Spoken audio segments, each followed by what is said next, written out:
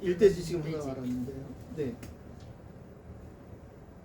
구원도 예수 그리스도로만 말미암았다.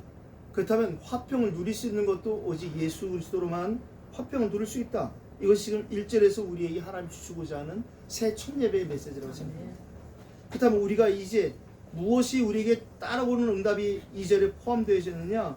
하나님과의 영광을 바라고 즐거워하는 이 회복의 이것도 하나님이 오직 예수 그리스도로 말미암은 믿음 뒤에 따라오는 응답이라는 거예요. 지금 우리에게 이렇게 구원받았다면 또한 그로 말미암아 우리가 믿음으로 서 있는 이 은혜에 들어감을 이미 얻었다는 것이죠. 따라서 하나님의 영광을 바라고 즐거워한다는 거예요. 이미 이루어진 부분에 대해서 오늘 하나님은 1절 2절에 우리에게 말씀하고 계세요. 그러면 이미 이루어진 우리가 현재 나에게 이루어지고 있는 것을 놓쳐서는 안 된다는 것이 우리가 오늘 이 한 해의 첫 주일 예배 때 꼭 찾아야 될 것입니다. 오늘 예수님께서 우리의 화목제물이 되셨으니 우리가 하나님과 화평하게 되었다고 그러는데 하나님과 화목을 위해서 반드시 하나님께 화목제물이 필요하다는 거예요. 세상에도 제사가 있고 하나님과도 제사가 있어요. 보니까 구약에도 하나님과의 제사를 드리는 방법이 여러 가지 나오고 있어요. 세상 제사도 저는 세상 제사를 드려봤는데 여러 가지 복잡하더라고요. 홍동백서 그래가지고 붉은 거는 동쪽에 두고 뭐 허연 것은 흰색은 서쪽으로 돌아. 무슨 뭐 동쪽이 어디고 서쪽인 걸 내가 어떻게 알겠어요? 나치파 두고 것도 아니고 뭐 조유리시 이래서 밤 대추 감 배를 순서대로 놔라. 도대체 뭐 이쪽으로 노는 거 저쪽으로 노는 거예요. 예, 아주 뭐 보통 복잡한 게 아니었어요. 또 재밌는 거 있잖아요.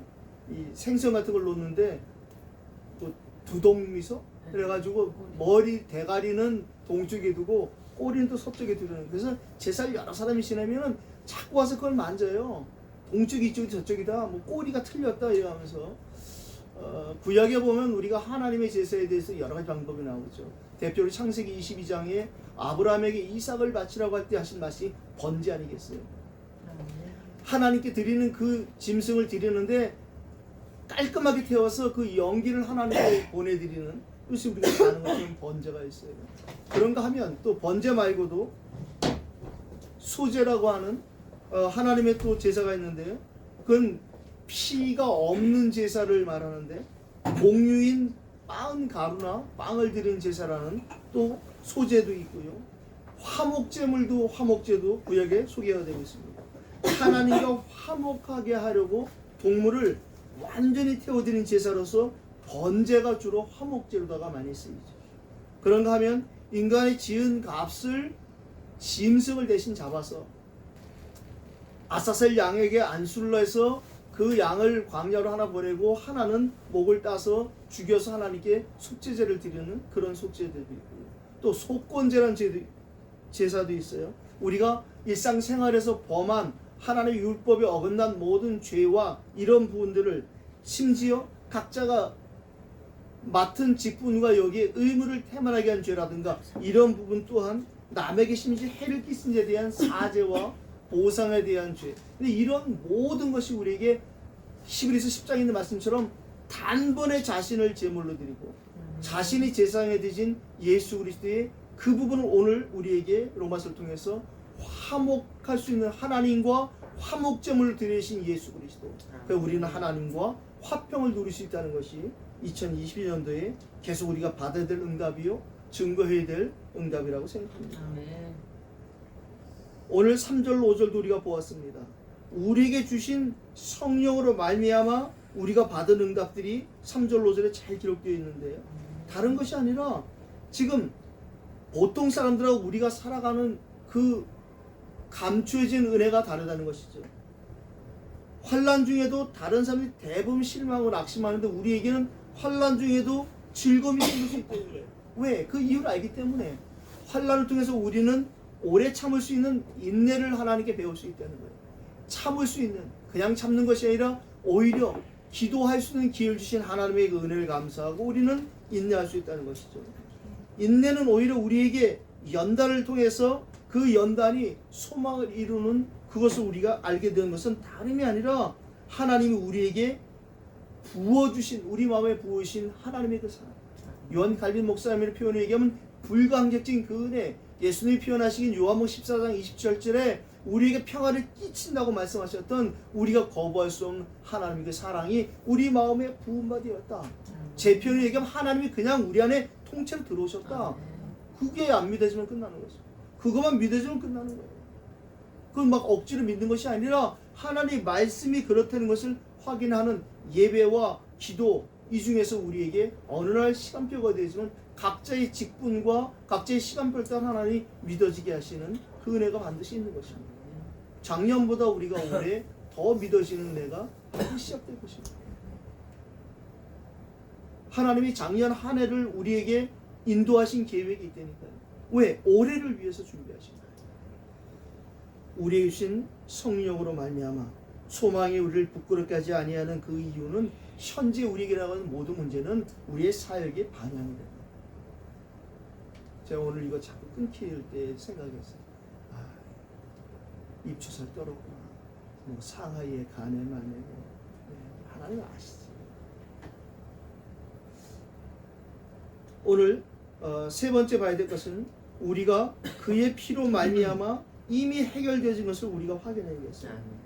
우리는 계속 찾아야 될 이유는 그렇다면 오늘 이 6절에 있는 말씀처럼 우리가 아직 연약할 때에 8절에 우리가 아직 죄인 되었을 때에 10절에 우리가 원수 되었을 때에 그렇다면 우리가 이렇고 저렇고 문제되지 않다는 거예요. 우리가 연약할 때도 그리스도께서 우리를 위해 죽으셨어요. 우리가 죄인 되었을 때 그리스도께서 우리를 위해서 해결하셨고 우리가 하나님과 심지어 원수가 되었을 때도 그리스도께서 이 부분을 담당하셨대요. 그래서 우리가 그리스도는 모든 문제 해결자라고 부르는 것이죠. 이런 내용들을 그 그리스도가 모든 문제 해결자라는 사실 알고 이 내용을 확인할 필요가 있고요. 또는 확인하고 그것을 우리가 고백할 수 있는 것이죠. 그런데 그렇지 않으면 구호에 불과하고 신념에 불과한 것이 되는 것입니다. 우리가 아직 연약할 때에 기약대로 그리스도께서 경건하지 않은 자를 위하여 죽으셨다. 전혀 조금도 죄가 없으신 그분께서 완벽한 의인이신 그분께서 죄인인 우리를 하나님께 인도하시기 위하여 그가 죽으셨다고 베드로 사도도 베드로서 3장 18절에 말씀하시잖아요. 오늘도 똑같이 그 구원 사역을 이루시는 그리스도. 그래서 우리가 그 그리스도 이름으로 오늘도 모이고 예배하고 기도하는 것이라고 생각합니다. 뭐 세상에서도 의인을 위하여 죽는 자가 쉽지 않고 선을 위하여 용감히 죽는 자가 혹 있을 수 있다는 거예요. 그렇겠죠. 일본에서 그 김수현인가 뭐 그 사람은 그 철길에서 어떤 사람을 구했잖아요. 해마다 일본에서는 그 사람을 의인으로 기리는 행사가 지금도 진행되고 있어요. 근데 그런 것이 혹 있을 수 있다는 거예요. 그런데 우리에게는 그런 정도가 아니라 예수의 죽으심은 부활이라는 엄청난 일이 준비됐다는 것이죠. 우리가 아직 죄인 됐을 때 자꾸 우리 그런 생각하자면 뭔가 내가 조금 하고 어떻게 하는데 그거 안 된다는 거예요. 내 힘으로 안 된다라고 포기하는 나는 진짜 안 되는구나. 나는 죄인일 수밖에 없구나. 베드로가 예수님 만났을 때 나는 죄인이라고 그 고백했던 부분이 우리가 복음서에서 기억나잖아요. 자신이 안 되는 걸 아는 거예요. 그렇게 해서 예수님을 또 부인하고 배신하고 그 부분을 알게 됩니다. 나는 죄인으로소이다. 우리가 하나님 앞에 진짜 나의 부족함은 무슨 뭐 나쁜 죄를 져서 죄인이 아니라 결국에는 창세기 3장 속에서 이 원죄 문제 속에 태어났기 때문에 또다시 하나님과 자꾸만 방향을 놓칠 수밖에 없는 그런 연약함을 고백하는 의미에서 우리가 죄인이라는 것을 고백하는 것이죠. 우리가 아직 죄인 됐을 때 그리스도께서 우리를 위해 죽으심으로 하나님께서 우리에 대한 자기 사랑을 확증하셨다. 이거는 지금도 우리에게 지속되고 있는 거예요. 우리가 이 부분은 내가 또 연약해서 하나님 앞에 또 부족하고 내가 진짜 내 힘으로는 안 되는구나를 하나님께 고백할 때 하나님은 그 즉시 하나님의 사랑을 또 확증하시는 일들이 우리 일어날 것입니다. 구역공가가 신청을 받는다고 그래서 신청하길 기다리는데 연락이 통 안 와요. 그래서 지금 구역공가가 우리 자체에서 지금 인쇄를 해야 될까지 그런 생각을 하고 있습니다. 뭐 파일은 제가 받았는데 그래서 자체에 또 구역공가를 좀 만들어야겠다. 뭐 주문도 안 받고 연락도 안 오는데 뭐 바쁘겠죠 그 사람들이. 그래서 우리 자체로 해야겠다. 오늘부터 이제 구역공가를 시작을 했어요. 저도 아침 9시에 구역공가 메시지 받았는데 데살로니가서 5장 16절 18절 하시더라고요. 결론의 부분은 그런 얘기를 하셨어요.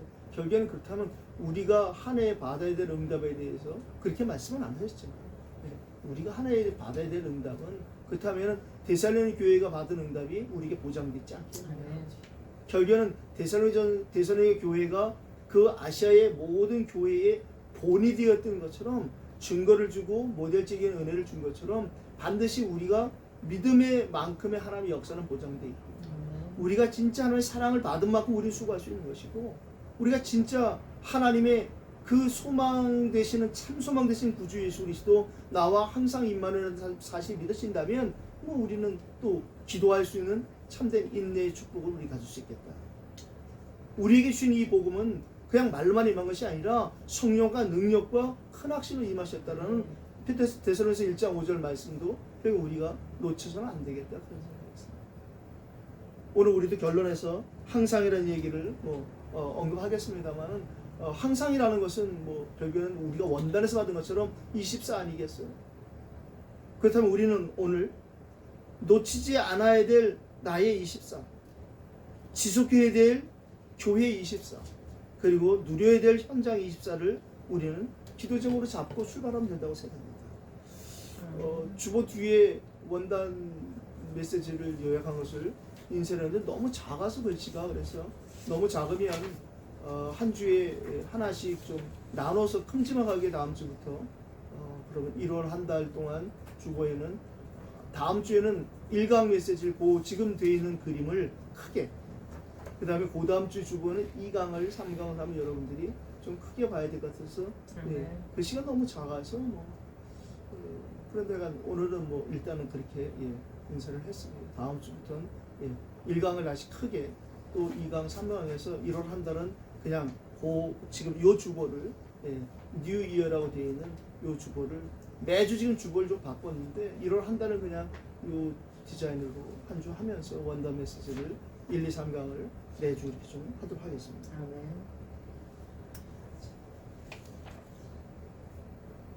심지어 우리가 아직 원수되었을 때에 하나님과 원수된 걸 모르고 지금 살아가는 사람들이 많잖아요. 대표적으로 바울이 그러잖아요. 주여 누시니까 묻는 그 바울의 질문에 내가 핍박하는 예수라는 그것이 그에게 음성으로 들려졌어요.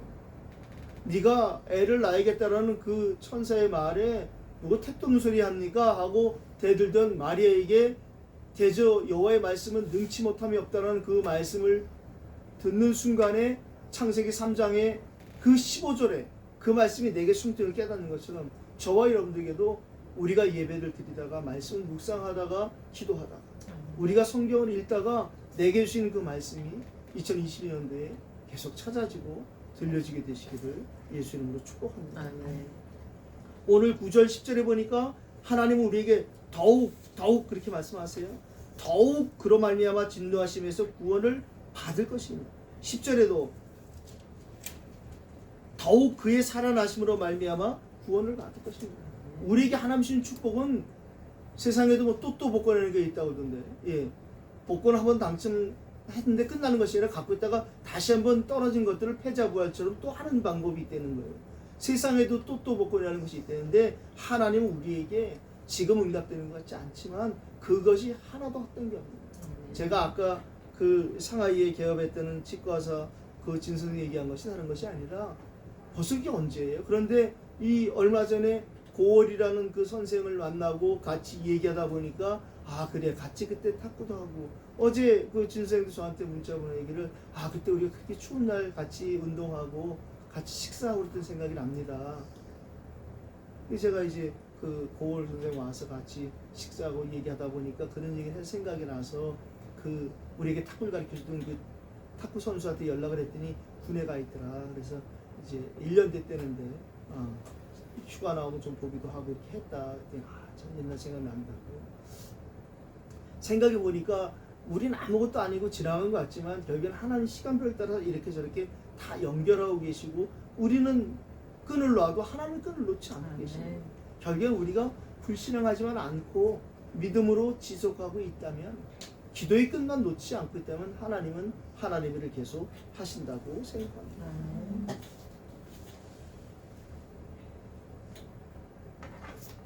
저도 뭐 오늘 몇 번 이렇게 끊기니까 네, 좀 번복합니다.